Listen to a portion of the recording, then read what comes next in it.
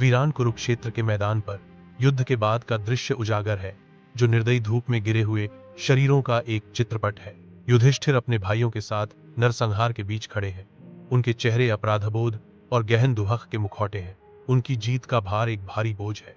हर कदम तबाही की खामोशी में गूंजता है। युधिष्ठिर की आवाज सन्नाटे को तोड़ती है, एक विलाप जो उनकी जीत के सार पर सवाल उठाता है। इस जीत का क्या मतलब है जब हमने अपने प्रियजनों को खो दिया है? हस्तिनापुर महल के विशाल हॉल में युधिष्ठिर सिंहासन पर भारी मन से बैठे हैं। उनकी भौहें चिंता से तनी हुई हैं। विशाल खिड़कियों से दिन की रोशनी आती है, जो अलंकृत नक्काशी और समृद्ध टेपेस्ट्री पर एक नरम चमक डालती है, जो हॉल को सुशोभित करती है। कृष्ण उसके बगल में खड़ा है, युधिष्ठिर के आंतरिक अशांति के बीच शांति का प्रतीक। कृष्णा की आवाज भारी माहौल में गूंजती है। अलगाव का समय आ गया है। युधिष्ठिर की दृष्टि संकल्प से कठोर हो जाती है। उनके निर्णय का भार उन पर आ जाता है। युधिष्ठिर अपनी पसंद बनाते हैं। अपने पोते परीक्षित को राज्य सौंपने के लिए तैयार है। हिमालय के विशाल आकाश के नीचे पांडव अपनी कठिन यात्रा शुरू करते हैं। बर्फ से ढके शिखरों के खिलाफ उनकी आकृतियां स्पष्ट है। ठंडी पहाड़ी हवा उनके चारों ओर घूमती है, क्योंकि वे पवित्र बद्रीनाथ धाम से गुजरते हैं। प्रत्येक कदम उनके संकल्प का प्रमाण है। युधिष्ठिर गंभीर जुलूस का नेतृत्व करते हैं। उनका चेहरा अटूट दृढ़ संकल्प से भरा हुआ है। उनके पीछे भीम, अर्जुन, नकुल और सहदेव दृढ़ एकता में अनुसरण करते हैं। उनकी सांसें ठंडी हवा को धुंधला कर देती है। द्रौपदी उनके बीच चलती है। कठोर परीक्षणों के बावजूद उसकी आत्मा अटूट है, जो उसके चेहरे पर अंकित है। उनकी सामूहिक यात्रा हिमालय की शानदार पृष्ठभूमि के खिलाफ खुलती है, जो उनके फीके पड़ते गौरव का प्रमाण है। पांडव माणा गांव के किनारे पहुंचते हैं। उनकी यात्रा तेजी से बहने वाली सरस्वती नदी के तट पर समाप्त होती है। नदी की धाराएं घूमती हैं और चक्कर लगाती हैं, जो उनके मार्ग को चुनौती देने वाली एक दुर्जेय बाधा है। द्रौपदी रुक जाती है। उसकी निगाहें निर्दयी नदी पर टिकी हैं। उसकी आंखों में एक अनकहा सवाल है। भाई चिंतित निगाहों का आदान प्रदान करते हैं। नदी की चुनौती हवा में स्पष्ट है। एक सामूहिक निराशा की भावना उन पर छा जाती है, क्योंकि उन्हें एहसास होता है कि नदी का अटूट बल है। तेज धाराएं उन्हें पार करने के प्रयासों का मजाक उड़ाती है, जिससे वे गांव के किनारे पर फंस जाते हैं।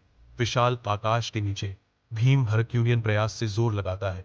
उसकी मांसपेशियां उभरती हैं, क्योंकि वह एक विशाल चट्टान उठाता है। एक जोरदार धमाके के साथ विशाल पत्थर बस जाता है, भयंकर नदी को जबरदस्त ताकत से जोड़ता है। सूर्य के प्रकाश के खिलाफ सिलहूट में पांडव नवनिर्मित पुल को पार करते हैं। उनके आंकड़े लचीलापन का प्रमाण है। सदियों बीत जाती है और पुल एक अजूबा बना रहता है, जो अदम्य इच्छा शक्ति का प्रतीक है, जो परिदृश्य के खिलाफ अंकित है। व्यास गुफा के भीतर छायाएं नृत्य करती हैं, क्योंकि महर्षि व्यास महाकाव्य महाभारत का वर्णन करते हैं। उसकी आवाज सृजन की शक्ति के साथ गूंजती है। हर शब्द एक ब्रश स्ट्रोक है, जो जीवंत दुनिया को चित्रित करता है। गणेश लेखक लगन से हर छंद को पकड़ते हैं। उनकी दिव्य कलम प्राचीन चर्म पत्र पर सरकती है। व्यास अटूट ध्यान से बोलते हैं। उनकी आंखें केवल वही दृश्य देखती हैं जो वे देख सकते हैं। देवताओं और मनुष्यों की कहानियां बुनते हैं। गणेश रुक जाता है। उसकी भौहें विचार में सिकुड़ जाती हैं, यह सुनिश्चित करते हुए कि वह स्याही में अमर करने से पहले गहन अर्थ को समझ ले। गुफा किंवदंतियों के जन्म के साथ गूंजती, जैसे महाभारत प्राचीन पत्थरों की चौकस निगाहों के नीचे प्रकट होता है। सरस्वती नदी के संगम पर प्रकृति का एक शानदार दृश्य जीवंत रंगों में प्रकट होता है। शक्तिशाली सरस्वती बिना किसी निशान के गायब हो जाती है। अचानक अकल्पनीय कार्य में पृथ्वी द्वारा निगल ली जाती है। नदी के किनारे पांडव अवाक खड़े हैं। उनके चेहरे उल्टे हुए संसार की उलझन को दर्शाते हैं। एक गहरा रहस्य गहराता है, जो उनके आश्चर्यचकित चेहरों की रेखाओं में अंकित है, क्योंकि वे असंभव गायब होने से जूझ रहे हैं। पांडव खतरनाक स्वर्गारोहिणी पथ पर चढ़ना शुरू करते हैं। एक ऐसी यात्रा जो खतरे और आध्यात्मिक चुनौती से भरी है। कठिन मार्ग ने अपना पहला शिकार लिया, क्योंकि द्रौपदी लड़खड़ा कर गिर गई। उसकी ताकत निर्दयी इलाके के आगे झुक गई। एक एक करके सहदेव, नकुल और अर्जुन चढ़ाई की कठोर वास्तविकताओं के आगे झुक जाते हैं। उनके शरीर तनाव में विफल हो जाते हैं। मार्ग आगे की ओर खिंचा हुआ है, निर्दयी और अटल, जैसे शेष पांडव अपनी भक्ति और सहनशीलता की अंतिम परीक्षा का सामना करते हैं। भव्य हिमालय पर्वत की पृष्ठभूमि में युधिष्ठिर स्वर्ग की ओर अपनी एकाकी चढ़ाई शुरू करते हैं।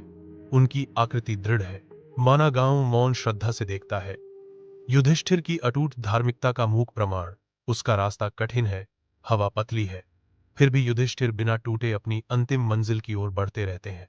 सत्य और धर्म उसके मार्ग को प्रकाशित करते हैं, जो उसे सांसारिक क्षेत्र को पीछे छोड़ते हुए किंवदंती में आरोहण करते हुए मार्गदर्शन करते हैं।